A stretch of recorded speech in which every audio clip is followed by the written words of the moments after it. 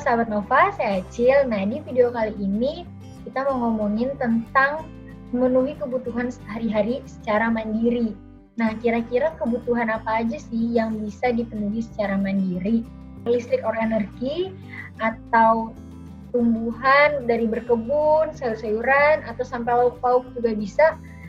Nah, tujuannya sih untuk berhemat, karena katanya kan Indonesia lagi resesi nih, atau lagi mau resesi. Berarti selain berhemat, kita harus mandiri dong, biar kita bisa berdikari. Nah, kita udah kedatangan pasangan yang udah menerapkan namanya kebun gerilya. Nah, dari kebun gerilya ini, mereka udah berhasil memenuhi kebutuhan pribadi harian mereka secara mandiri. Nah, pasangan ini tuh ada Mas Faisal dan Mbak Edith. Oke, kita langsung panggil aja ya.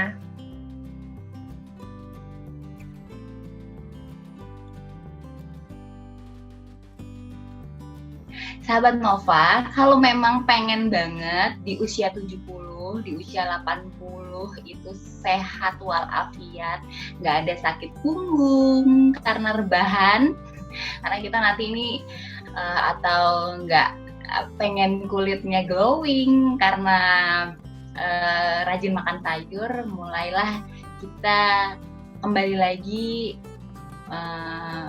bertanam, bercocok tanam sama seperti zaman dulu PMP.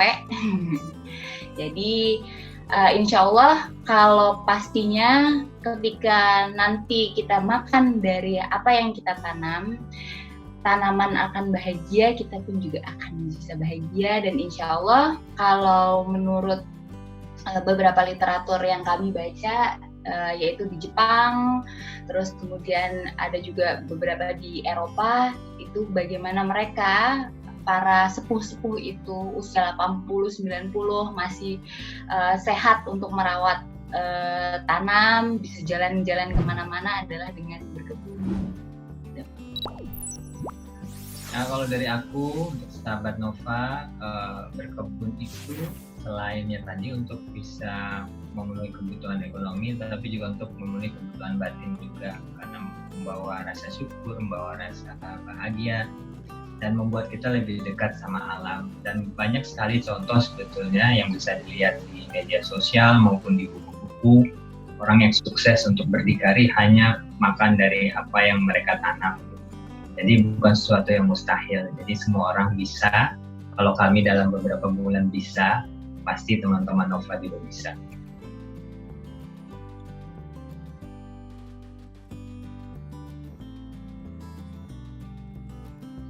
Pertama sih merubah kebiasaan diri dulu, terutama kebiasaan jajan, lalu kebiasaan nyemil, 2 hal itu sih, jajan dan nyemil. Jadi angan-angan pikiran itu kalau lagi stres, kalau lagi bosan tuh pengen makan ini, pengen makan itu dulu. Jadi dealing dengan diri sendiri dulu. Kalau di kami setelah sebulan ternyata lambung kami itu beradaptasi ya, jadi nggak ngerengek-rengek minta jajan, minta makan ini, makan itu pertama. Lalu untuk energi ya kita berhitung dan kita menghemat, saling mengingatkan misalnya tentang listrik di rumah yang betul-betul dipakai itu apa saja. Dan untuk solar panel ya ini ada banyak literasi sebetulnya yang teman-teman itu perlu tahu juga, karena waktu awal juga saya benar-benar buta tentang solar panel tuh kayak gimana, spesifikasinya gimana, terus PLN-nya tuh mau ngebantu apa tidak. Ternyata sekarang banyak opsi-opsi. Ada solar panel buatan lokal juga sudah ada yang harganya lebih terjangkau. Kalau di YouTube tuh ada yang masang 15 juta sudah bisa terpasang, dan di PLN-nya juga bisa sistemnya on grid, jadi di support kalau masih ada listrik kurang, PLN-nya sebagai backup. Lalu kalau untuk panen air hujan sebetulnya kembali ke apa yang kita punya di rumah. Misalnya kalau ada water torrent-nya sebanyak apa, kalau karena kita kebetulan rumahnya lebih banyak bentuknya duct ya, jadi cuma punya dua genteng dan buat aliran hujan ya, jadi kita akhirnya bikin water torrent di dalam rumah gitu. Tapi kalau teman-teman yang lain yang pakai ember yang itu juga bisa, jadi tergantung bagaimana berimajinasi untuk bisa membuat aliran air aja dari atap, dari genting gitu sampai ke tempat penampungan. Untuk berkebun itu lebih mudah lagi sebetulnya. Berkebun ya lihat dulu aja, observasi apa yang dimiliki di rumah, lalu melihat tanah, gimana caranya tanahnya biar subur. Dan itu bisa menggunakan bahan-bahan dari sampah organik kita sebetulnya. Jadi kalau ditanemin gitu di tanah, itu bisa menjadi pupuk dan bisa menghidupkan lagi nanti cacing, semua organisme di tanah itu jadi hidup lagi sehingga subur. Nanti kalau udah subur, kita tancap apa aja, nanti dia pasti berbuah terus, produktif terus. Jadi selama tanahnya sehat, apa aja ditancap dia akan produksi. Jadi tahap awalnya adalah perhatian terhadap kondisi tanah sih. Jadi nggak perlu beli obat-obatan yang buat dari luar negeri atau yang di toko-toko tanaman itu yang mahal-mahal sekali jutaan, rasa itu tidak harus punya itu. Yang penting memberdayakan yang ada aja. So, dari kamu? Kalau dari aku yang pasti adalah komitmen seluruh anggota keluarga ya. Jadi kita bertiga itu waktu awal itu adalah kita bikin listing. Kalau aku tuh orangnya suka ngelis gitu deh. Jadi listing kebutuhan. Jadi kebutuhan dia, kebutuhan aku, kebutuhan anak, kita list mana yang penting, mana yang enggak. Kayak misalnya terus makanan kesukaan, misalnya kalau dia anak saya suka bayam, berarti harus nanam bayam. Suami saya suka kangkung, berarti harus nanam kangkung. Saya suka terong semuanya di luar situ. Saya suka cabai, ada cabai. Anak saya suka paprika, ada paprika. Jadi listing apa yang kebutuhan kita. Jadi mulai dari kita suka, kita mau, baru kita tanam. Terus udah gitu sih yang kedua adalah kalau kita misalnya bilang dengan orang luar, kayak misalnya lihat teman-teman lagi jalan-jalan atau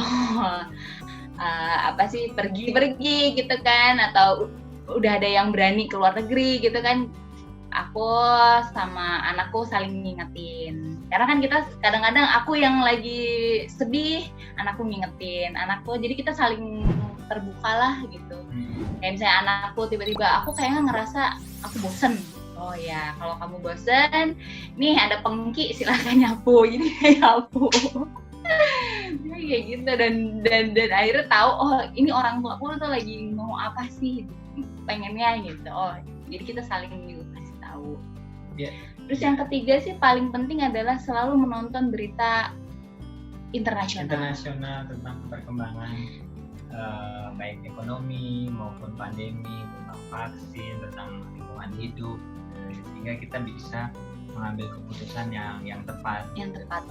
Kalau ini mungkin perlu diceritakan, bahkan ini sebagai contoh ya, kita sejak awal PSBB kita belum pernah ke mall. Iya, jadi itu udah sekian spending yang sebetulnya kita bisa saving gitu. Jadi sama sekali tidak ke mall. Jadi kita hanya mengantarkan Ali latihan, habis itu pulang. Dan sakau sih awalnya itu sebulan pertama sakau banget. Yang namanya GoFood itu cuman aku makan bayam ngeliatin GoFood aja. Tapi fotonya saking sakaunya, ya ampun gitu. Ya gitu deh. Jadinya emang enggak. Tapi akhirnya lama-lama ya udah, anakku udah tahu bahwa timun ya. Iya, ada timunnya dimacem-macemin. Timun telur, timun diasem, timun di apa, jadi timun. Ya, dan kebosanan itu kalau buat anak ya, kebosanan itu ada satu tokoh psikologi, Rolome namanya, itu kunci bagi kreativitas. Jadi kadang-kadang kita tuh kalau anak bosan harus diajak jalan-jalan, harus dikasih jajanan, harus dikasih handphone. Sebetulnya kalau didiemin dia akan menemukan kreativitas. Kayak misalnya anakku tuh kan sangat fisik, atlet banget ya, dia kiper. Dia nggak bisa tuh seni-seni tuh, tapi gara-gara PSBB bosan, dia bisa gambar sekarang. Bagus gambarnya. Dan sekarang udah mulai belajar gitar gitu. Dan juga sama yang berlaku ke kita berdua, kita juga belajar skill-skill baru sepanjang pandemi ini. Jadi kebosanan sebetulnya kunci kreativitas.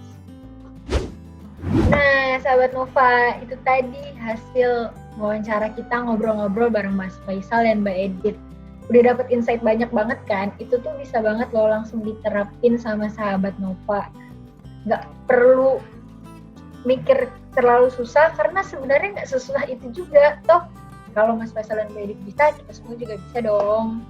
Oke, nah sekian dulu ngobrol-ngobrol kita di video kali ini. Jangan lupa komen, like, dan subscribe-nya.